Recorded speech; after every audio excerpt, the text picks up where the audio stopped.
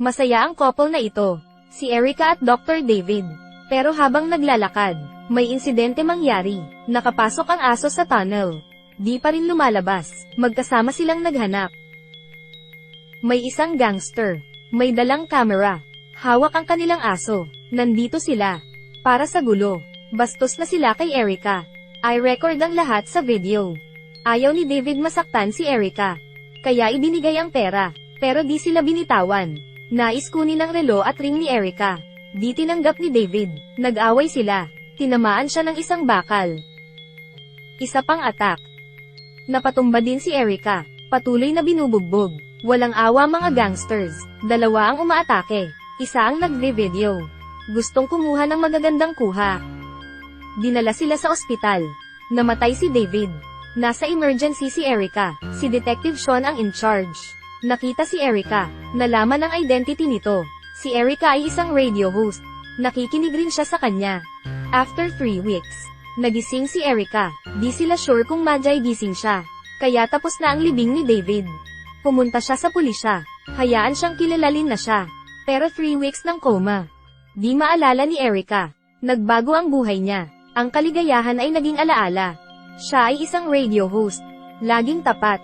Mahirap mag-heal ngayon. Natatakot na siya sa tunnels. Pati mga nagse-skateboard. Nanginginig sa takot. Pati mga dumadaan sa kanya. Dumating sa pulisya. Nais malaman ang progress. Tinanong siya anong kaso. Name ng victim. Oras at lugar ng insidente. Marami siyang tanong. Umupo si Erica at maghintay. Maraming kaso ba? O low efficient lang? Naghintay si Erica sa bench. Tumayo siya. At umalis sa pulisya. Waste of time lang dito. Dumating siya sa gun store. Nais niyang bumili ng pistol. Pero wala siyang lisensya. Di pumayag ang may-ari. Ito ay nakita ng lalaki sa pintuan. Sinundan niya si Erica. 1,000 yuan. Pumayag si Erica sa alok. Dumaan sila sa eskinita. Naglakad ang lalaki sa basement. Ito ay isang 9 cm pistol.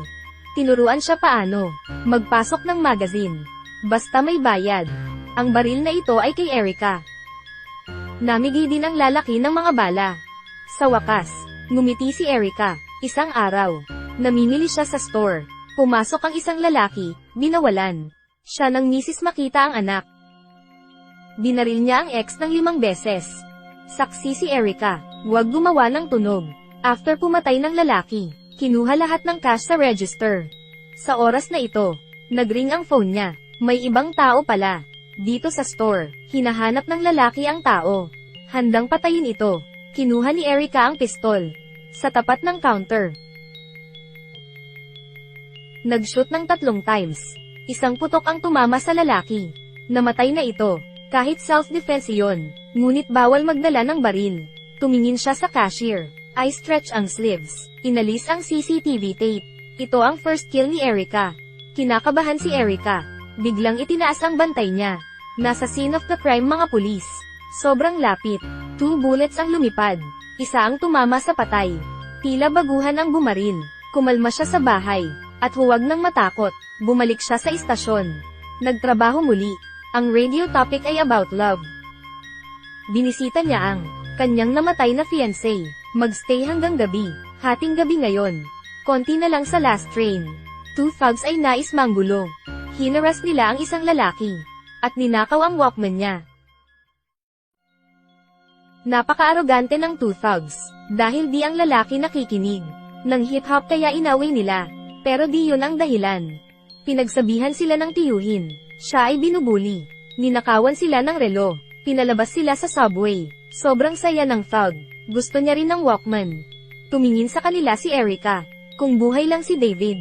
Nakatikim ng mga suntok MG thugs. Naglabas ang thug ng patalim. Hinawakan sa buhok. Hinaras si Erica. Dinaan ang patalim sa leeg niya. Nagpaputok si Erica ng 4 na putok. Tensyon ado mga paa. Item ang second kill. Mas kalmado ngayon. Sa unang shot, pagbaba sa subway, lumabas siya nakasombrero. Nagulat si Erica. Mga kamay ay di nanginig. Dumating ang mga pulis. Nandoon pa rin ang pera. Ang pumatay ay isang 9mm pistol. Same case sa store kagabi. Bumabuti na si Erica. Naglagay siya ng lipstick. Nag-aalala siya sa nangyari. Bumalik siya sa subway station. Ginawa ang bawal ng pumatay. Dumagsa mga reporter. Napansin ni Sean si Erica. Mabilis siyang sumunod. Nakahanda na si Erica. Sabi na reporter siya. Nais interviewin si Sean. Nung narinig ito ni Sean, umiwas si Sean sa topic at umalis. Naisip ni Sean si Erica. Siya ang victim sa Central Park case. Hinanap niya si Erica. Pumayag siya sa interview. At humingi ng tawad kay Erica. Sinabi na 2 officials ang in charge sa kaso. Hulihin ang suspects. 5 minutes ang interview. Dami pang gustong malaman. Tanong kay Sean ano ang hinahanap nila. Sabi ni Sean ay evidence. Alam ng patay magsalita, di nagsisinungaling. Ano ang sinasabi nila sa iyo? Basahin mo ang papel. Nabasa ko na ito. Nakita ni Sean ang balita sa TV. Isang kaso na in charge siya. Ang lalaki sa parking space. Lihim na nagpuslit ng droga, baril at tao. Habang naghahanda sila humarap sa korte. Brutal na pinatay ang asawa. Pinawalang sala siya ng abogado. Nanalo rin siya sa kustodiya sa anak. Alam siguro ng lalaki na alam ng anak. Di maisip ni Sean anong nangyari sa babae. Sobrang na-stress si Sean sa kasong ito. Binigay niya ang card. Sana sabihin ni Erica ang case niya. Tawagan siya anytime. Si Erica ay naghahanap ng biktima sa gabi mag-isa. May pumihil sa kanya. Akala siya palaboy na babae. Nakita niya may babae sa likod. Sabihan ng lalaki na papasok siya. Nilock ng lalaki ang pinto. Alam na biktima ang babae. Inabuso siya ng lalaki. Inilabas ni Erica ang pistol. Binuksan ng lalaki ang pinto. Humingi din siya ng service fee ng babae. Hiningi ni Erica ang pera sa lalaki. Sa kakunin ng babae. Nung palayo na sila, magre-revenge ang lalaki. Tinulak ni Erica ang babae. At binaril ang lalaki. Kaso nabangga ng kotse ang babae. Tumawag si Erica sa mga pulis. Umalis si Erica after safe na ang babae. Sure ang pulisya. Ang 3 incidents ay same baril ang ginamit. Nakita ni Sean si Erica. Gusto ay confirm ni Erica kung kamusta na ang babae. Kung merong injuries ito. Sabi ni Sean bukas pa ito gigising. Saka pwedeng ay interview. Sa elevator ay ito ang topic. Ang patay ay masama. Ang kriminal ang bayani. Binanggit ni Erica ito sa radyo. Napakikipag-ugnayan sa fans. Iniisip ng iba ang killer ay bayani. Sabi ng iba dapat ito ay makulong. Sabi ng iba sana ganito sa New York. Sabi ng iba sakit ito ng lipunan. Pinag-usapan ito sa radyo. Naisip niya ang mga krimen niya. Kumikislap sa utak. Plano niyang sumuko sa pulis. Pero biglang, pinili niya umalis. May gagawin pa siya. Kumilos ulit si Erica. Naalala niya ang sinabi ni Sean. Smuggler na pumatay sa sariling misis. Tumawag siya kay Sean. Dumating siya sa parking lot. Pinag-uusapan ang di mahalaga. Nakita niya ang lalaki. Sinundan ito ni Erica. Pinindot ang elevator. Saka ibaba ang tawag. Sa tabi niya ang lalaki na pumatay sa misis. Sabi ni Sean at Erica. Alam nila kasalanan nito. Walang magawa mga pulis. Sumunod si Erica sa parking lot. Since 3 tasks na ang nagawa. Ipagpatuloy ang gawain. Nung pumasok ito sa kotse. Tinanong siya ni Erica. Akala ng lalaki paparazzi siya. Kinuha ni Erica ang baril. Hinampes ng lalaki siya sa braso. Akala na kukuha siya ng camera. At ipicture siya. Nag-overthink siya. Ni-headbutt siya ni Erica. Kunin ang baras na bakal. After ilang minuto, dumating mga pulis. Nahulog ang lalaki. Nagulat mga pulis. Bukod sa atin, marami gusto siyang patayin. Nasugatan si Erica. Nilagyan siya ng benda sa sugat. Matalino si Sean. Naalala niya ang tunog sa elevator. Same time para sa krimen. Pero walang ebidensya. Niyaya si Erica na lumabas. Tanungin ang isang testigo. Sana sumali si Erica. Ang saksi ay ang babae sa kotse. Nakita ng babae si Erica. At sinabi sa pulis. Wala siyang nakita that time. Pero makikita ang lahat sa mga mata niya. Sigurado si Sean si Erica ang killer. Nandito sa pulisya ang lalaki. Para kunin ang Walkman. Natutuwa siya na matay ang 2 thugs. Nalaman nila mula sa lalaki. Inagaw ng thugs ang Walkman. At hinaras ang mag-ama. Nung bumaba sila, naiwan isang babae. Ipinakita ang portrait. Blonde ang babae. Seryoso ang mukha. Bumisita si Sean kay Erica. Nahanap na ang ring. Isasangla daw. Ng nobya ng sospek. Nakuha na ng mga pulis. Pinabalik si Erica sa pulisya. Sino ba ang pumatay kay David? Kinuha ni Erica ang bag. Si Sean ay nagsisearch ng mga gamit ni Erica. What if may evidence? Lumabas si Erica. Pumunta sa pulisya. 5 sospek. Nakilala ni Erica ang pumatay. Pero hindi niya itinuro. Gamitin ang own way niya. Sumunod si Sean. Inimbita si Erica kumain. Kamakailang mga kaso. Akala ng pulis lalaki ang killer. Nakumpirma na babae pala ito.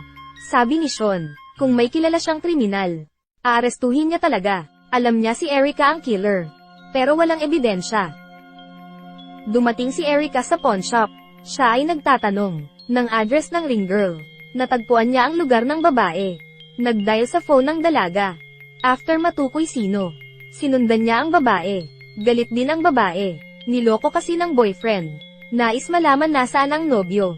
Di sumagot ang babae. Nakita niya si Erica video. Ayaw niyang maging katulad kay Erica. Nakatanggap ng mensahe si Erica. Naisip ng babae. Nagpadala siya ng address ng nobyo. At ang dating video ng nobyo. Panoorin ang video. Nagsimulang umiyak si Erica. Namatay ang fiancé dahil sa bugbog. Kinunan ito for fun. Ipinasa ang video kay Sean. Pumunta sa address ng killer. After makita ang video, pumunta si Sean sa address. Sa itaas, narinig niya ang tunog ng aso. Natagupan niya ang aso. Ano gusto mo? Gusto ko kunin aso ko. Nung narinig ang tunog, umakyat sila kagad. Pumasok sa teritoryo nila. Umalis si Erica kasama ang aso.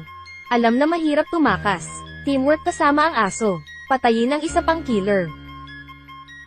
Isa pang kaaway, ang killer ng boyfriend niya. Naghanap si Erica. Natamba siya ng lalaki. Nagregret na di pinatay si Erica noon. Pero this time, gusto niya patayin si Erica. This time, dumating si Sean. Lumuhad ang fog. Kinuha ni Erica ang baril. Nais patayin ang fog. Wala kang right. Meron akong right. Nagtutukan sila ng baril. Revenge ang goal. Kailan maging tunay na pulis si Sean? Pawis na pawis siya. Sa harap ng Justice Police. Inabot ni Erica ang pistol. Kalmado si Sean. Gagamit ka ng baril. Siguraduhin na legal ito. Inabot ang pistol kay Erica. Nagulat ang fog. Di na nag-isip. Pinatay ang killer. Success ang revenge niya. Ibinalik ang pistol kay Sean at sumuko. Sabi ni Sean, madadami siya dito. At aarestuhin si Erica. Hinayaan siyang barilin siya. Kunwari ang thugs ang vigilantes. Mga thugs ay nagsimulang patayin ng isa't isa. Aksidenteng nataman si Sean. Para sa kaligtasan nila dalawa. Si Erica ay nahihirapan. Ay accept ang advice ni Sean. Binaril si Sean sa braso. At tumakas siya. Sa gang community na ito. Nag-report si Sean. Tumakbo ang aso kay Erica. Ganito natatapos. Naging matapang na si Erica. Bumalik siya ulit sa tunnel. Ito ang ending ng film. Salamat sa panonood. Salamat.